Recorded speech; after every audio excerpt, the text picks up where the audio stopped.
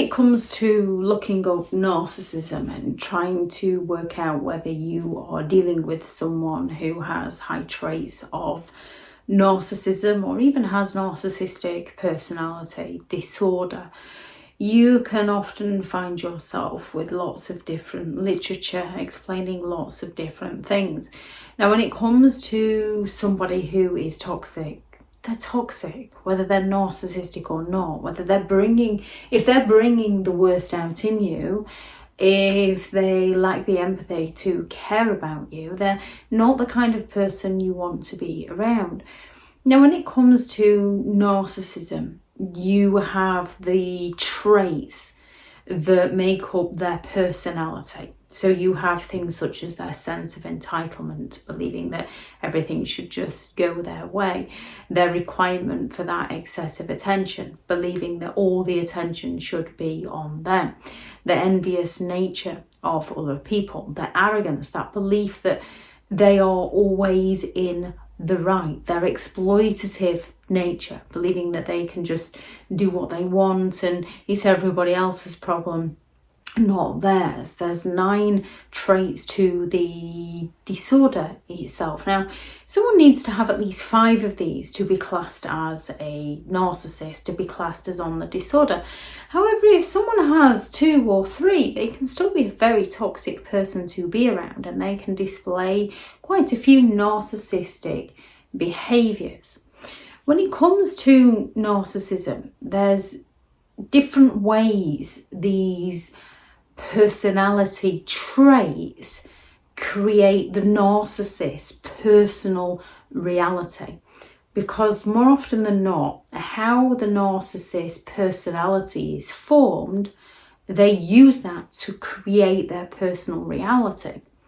Now, if you've got a grandiose, a overt narcissist who's very self-assured, they are very arrogant, they're going to be very in your face. They're going to believe that they can just say what they please and everyone should just listen to them.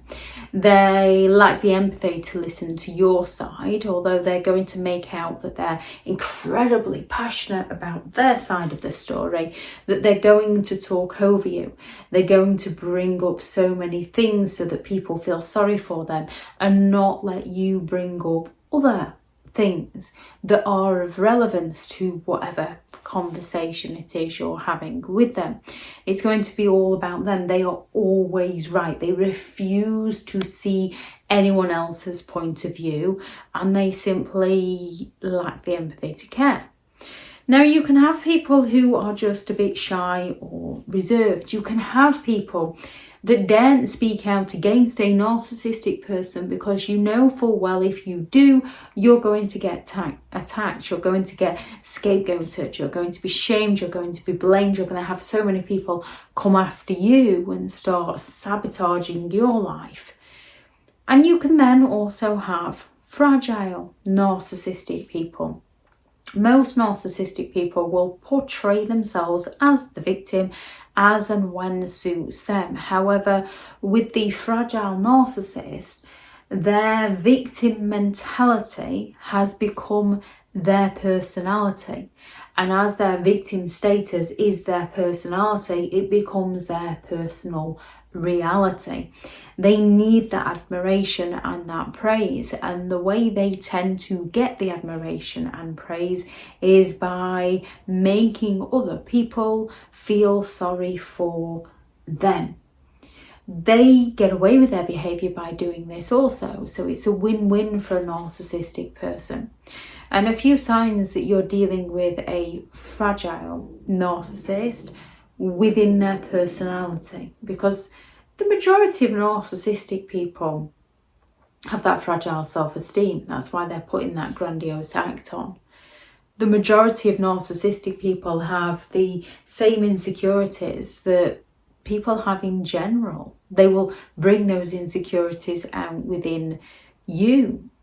The things that hurt you also hurt a narcissist, which is often why they do those things to you. They fall silent on you because they can't stand being ignored. It's not nice. We know it's not pleasant, and that's why they do it to you.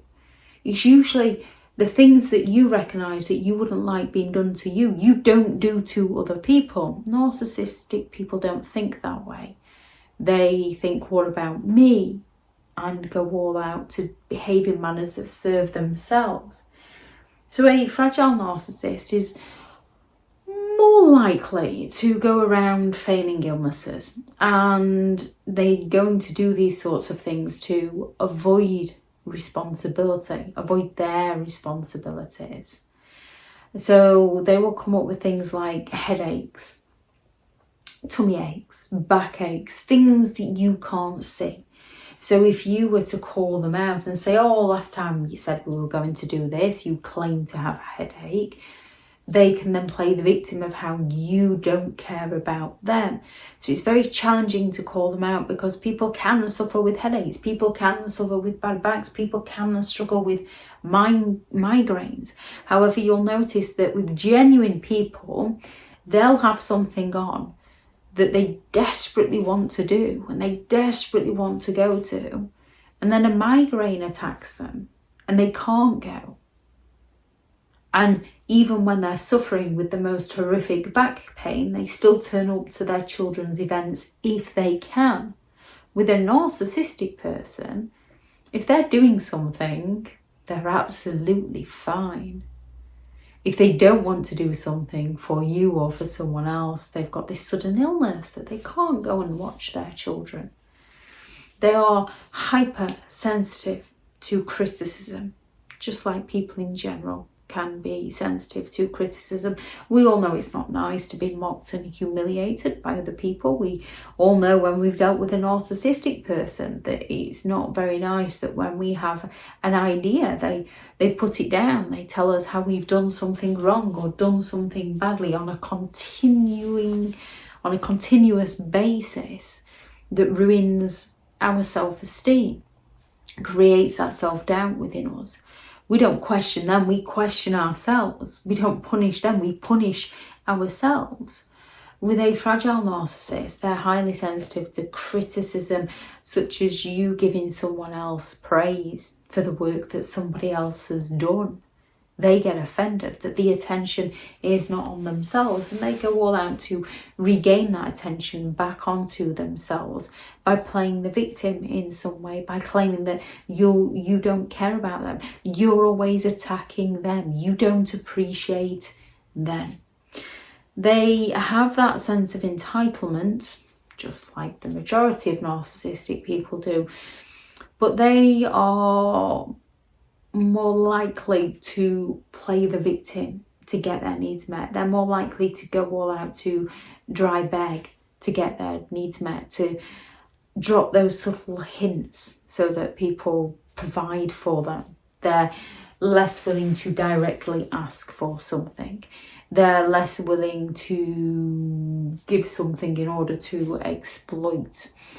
They will do this, but they are into the dry begging and the guilt tripping, and they lack the empathy to care about other people's pain, other people's suffering. It's all about them and their pain and their suffering. So anyone who's going through any form of hardship, a fragile narcissist, grandiose narcissist can do this also. However, with a grandiose narcissist, they'll pick a side. They really don't care about the pain and suffering of one person, yet another person can be suffering the same pain and they care all about that person. So this is wrong, this is immoral to hurt that person. However, it's okay to do the same things to the other person because the other person's the problem.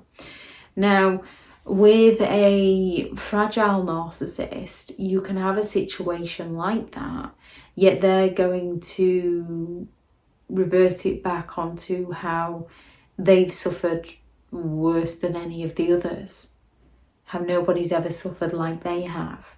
If you're going through something and you try to discuss it, they have a complete lack of interest. They just simply bring it back onto themselves.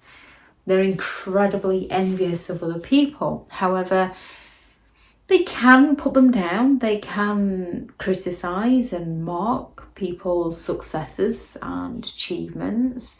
They can play their, well, why are they so lucky? What have they done to deserve that? Which is usually with those the closest to the narcissist that will say those things. However, with their envious nature, they can, in front of others, praise another person through gritted teeth. They will usually go into the victim again of how, oh, I'm really happy for them. Aren't they lucky that they had the parents to help them? Aren't they lucky that they got that opportunity? Because they don't see the suffering that someone had to go through to get to where they are. Now, there are lucky people in the world. Genuine people can still be pleased for the lucky people as long as their intentions are good. With a narcissist, they simply can't be happy for anyone because they're incredibly envious of other people, and they again bring it back onto themselves of, oh well, if I'd have had that, then I could have been there like them, and they're looking for that sympathetic attention.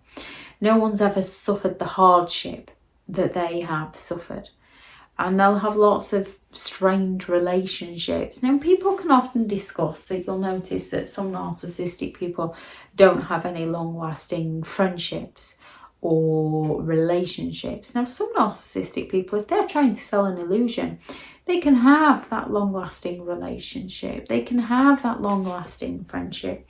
You can also have people who have been victimized by a narcissist who don't have a big circle of friends because they've come to realize as they've grown older that it's not the quantity of friends, it's the quality.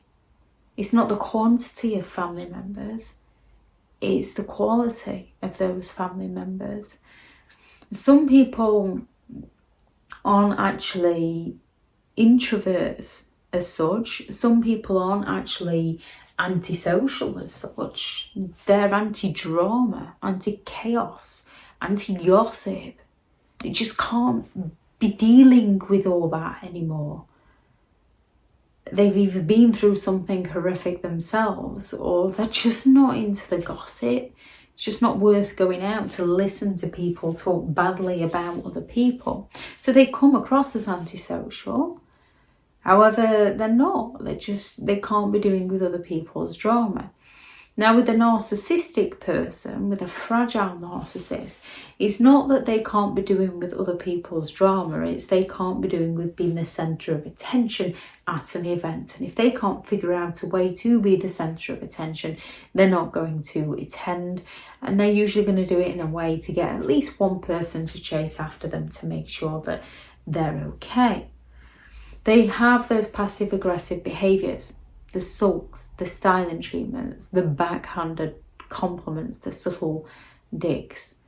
And they go all out to blame and shame everybody else for everything that's going wrong within their lives, for all their suffering, because it's never their own fault. They don't see an error in their ways. They believe that it's always going to be everybody else's fault. They'd have it easy if it wasn't for everybody else. Any signs of a fragile narcissist that you notice, please do add those into the comments for people reading through. Thank you very much to all the returning subscribers and your continued support with the channel. It's greatly appreciated. If you are new to the channel, I'm Elizabeth Shaw. This channel is all about narcissistic behaviour, to give you more understanding of the people you might be dealing with within your life, how to handle yourself around those people if you cannot go no contact, and different methods to find what works for you to help you understand and overcome narcissistic and emotional abuse. If you do find the information helpful on the channel, please do subscribe. If you are looking for further help and support in understanding and overcoming narcissistic and emotional abuse, I do have several online guides available, and those teachable links are in the video description. If you're looking for someone to speak to, I have partnered with BetterHelp, and their sponsored link is also in the video description. I do also have a couple of books out on Amazon, 15 Rules to Deal with Narcissistic People If You Cannot Go No Contact, and a Narcissists Handbook, which is the ultimate guide to understanding and overcoming narcissistic and emotional abuse, if you'd like to go and check them out. Go out there and create the day that you deserve, because you do deserve to have an amazing day. Bye.